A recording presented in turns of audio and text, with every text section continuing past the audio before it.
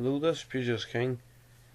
I'm glad to be back doing these videos. I've had a while off, but I'm back anyway.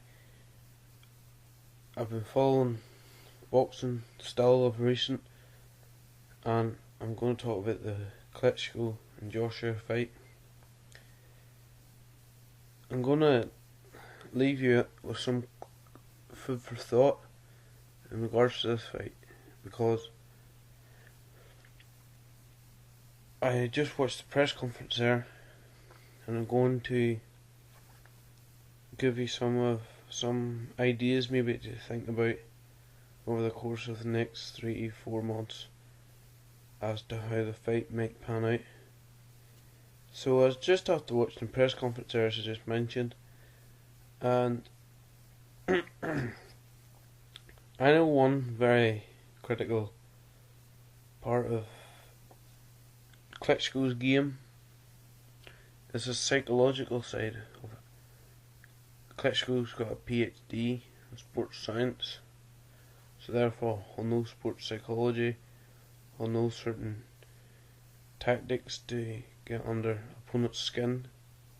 I mean, not that you need a PhD to be able to do that, but Wladimir, being the intellectual kind of corporate guy that he is, he does these psychological tactics, very sly psychological tactics, certain things he says, and certain things that he does. He doesn't necessarily engage in trash talk like a lot of guys do. His psychological tactics are a bit maybe more manipulative and controlling. So, and I'm not a psychologist myself.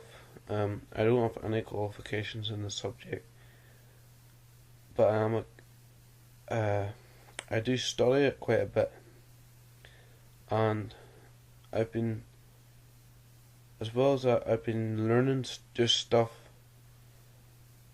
from observing other people and certain things that they do during conversation, certain things I might do when I'm under pressure or when somebody's gotten to me or whatever.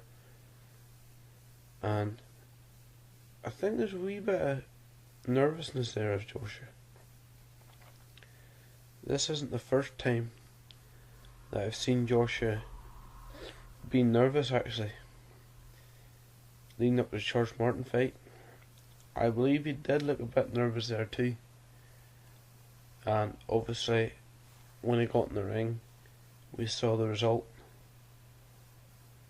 Maybe Anthony Joshua can control his nerves to a certain extent. I don't think Anthony Joshua will be fighting off emotion in this fight like he did in the Dillian Whyte fight. I think he learned his lesson in the Dillian Whyte fight. And the thing is, him fighting with emotion, that's going to use a lot more energy and tire him out and burn him out quicker than if he fights when he's in the zone, when he's calm. And you know, if you just look at someone like Mike Tyson,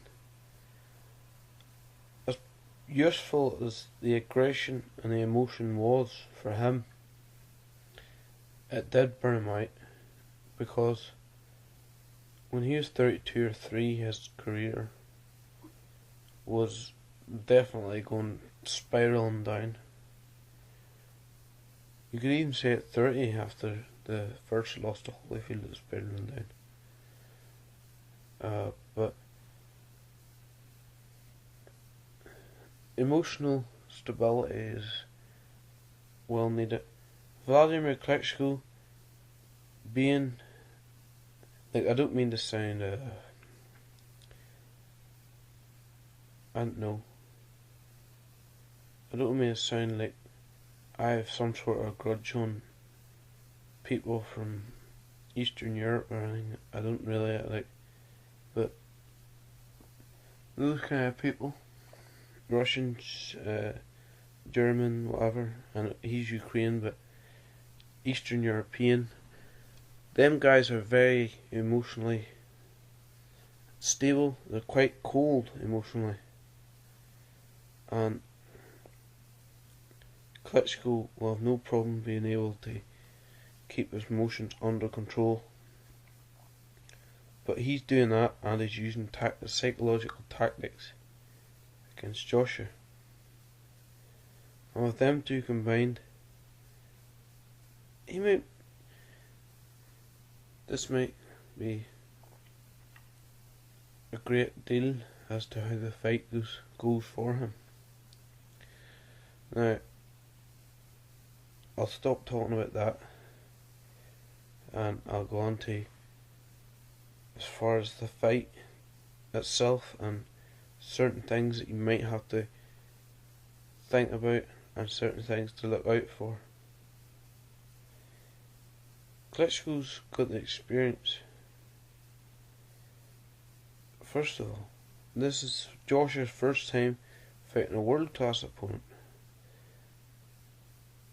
How he's gonna do against Klitschko's power, Klitschko's tactics, his leaning tactics, using his strength, how he's gonna do with the holding and possibly headbutting. I'm not sure if he's bad at headbutting.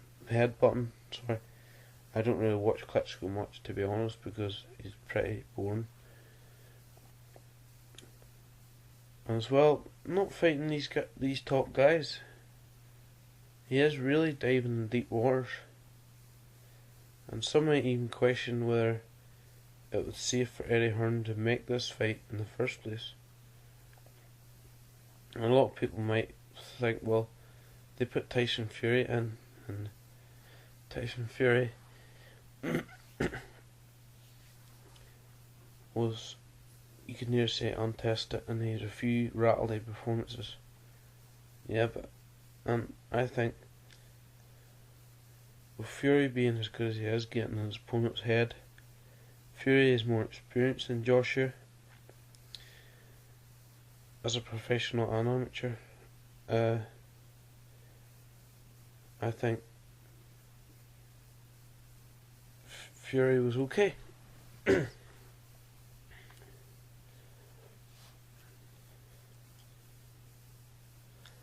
But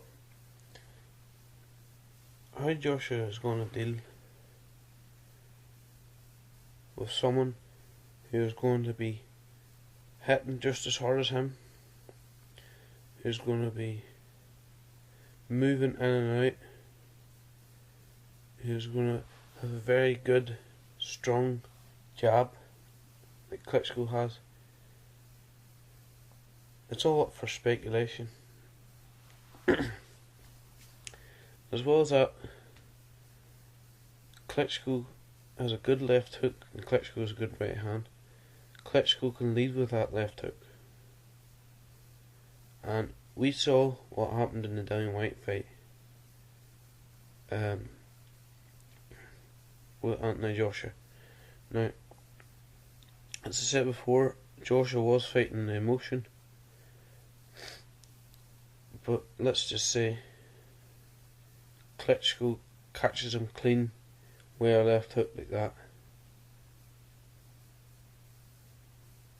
Klitschko is a hard puncher.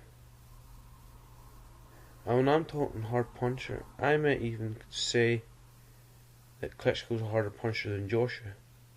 So Klitschko catches Joshua with clean shots. How's Joshua going to deal with that? Joshua doesn't move his head too much. He does do a bit of blocking. He's good at the fundamentals, Joshua. He's definitely got that down to a T.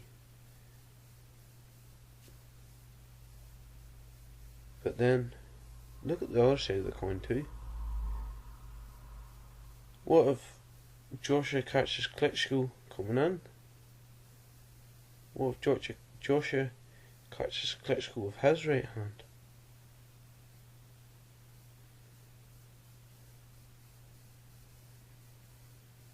It's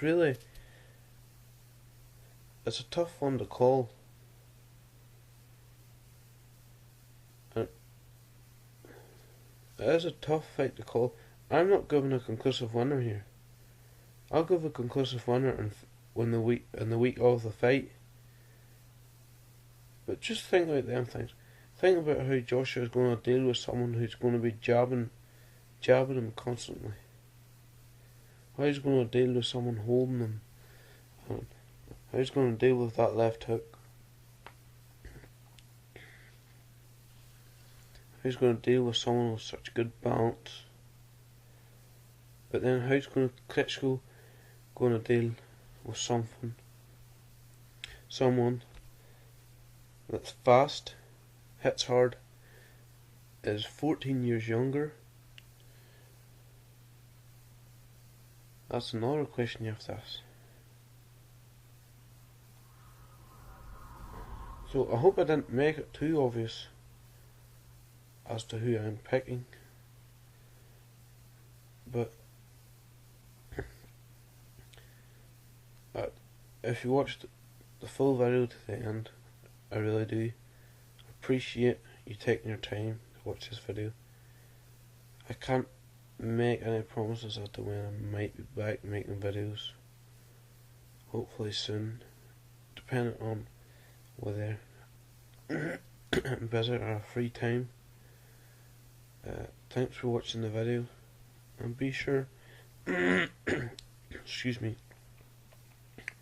be sure to subscribe to my channel. See you again.